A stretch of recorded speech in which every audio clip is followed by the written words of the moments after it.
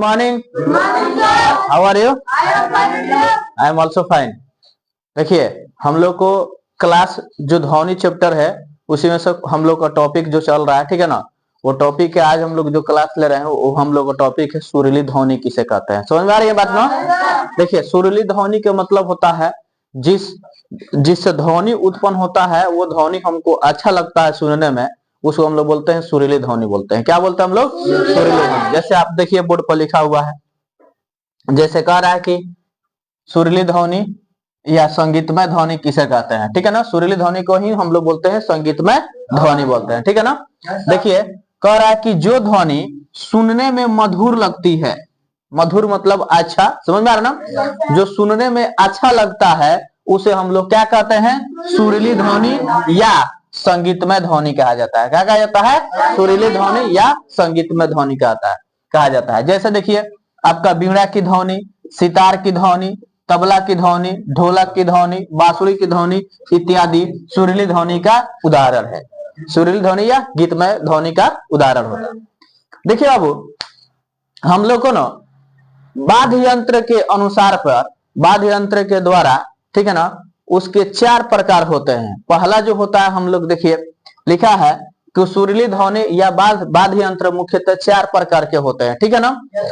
पहला दिया है तंतु वाद्य, दूसरा दिया है औनद वाद्य, तीसरा चौथा दिया है सुशीर वाद्य, पांचवा दिया है घन वाद्य। क्या होता है? चौथा दिया है घन वाद्य किसे कहते हैं। अभी आपका 2 दिए हैं, 2 कल पढ़ाएंगे, 2 लिखवाए हैं, 2 कल पढ़ाएंगे। देखिए, कह रहा है कि तंतु वाद्य क्या किसे कहते हैं।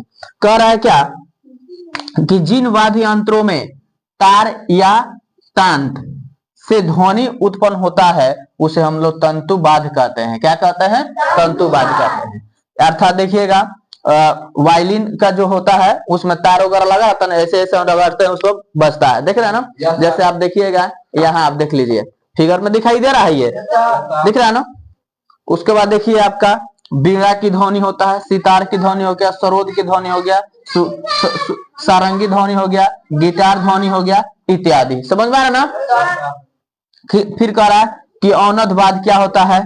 कह रहा है कि जिन वाद्य यंत्रों में चमड़े, खाल या झिल्ली पर आघात कराने से, आघात मतलब उसे चोट मारने से ध्वनि उत्पन्न होती है, उसे हम लोग क्या कहते हैं?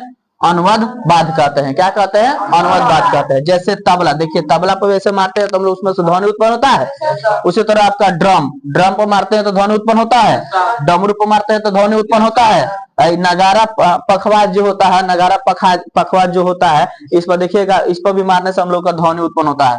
ढोलक हो गया इत्यादि, ये हम लोग क्या हो गया? अनुवद वाद्य यंत्र का उदाहरण है। आई बात समझ में ना।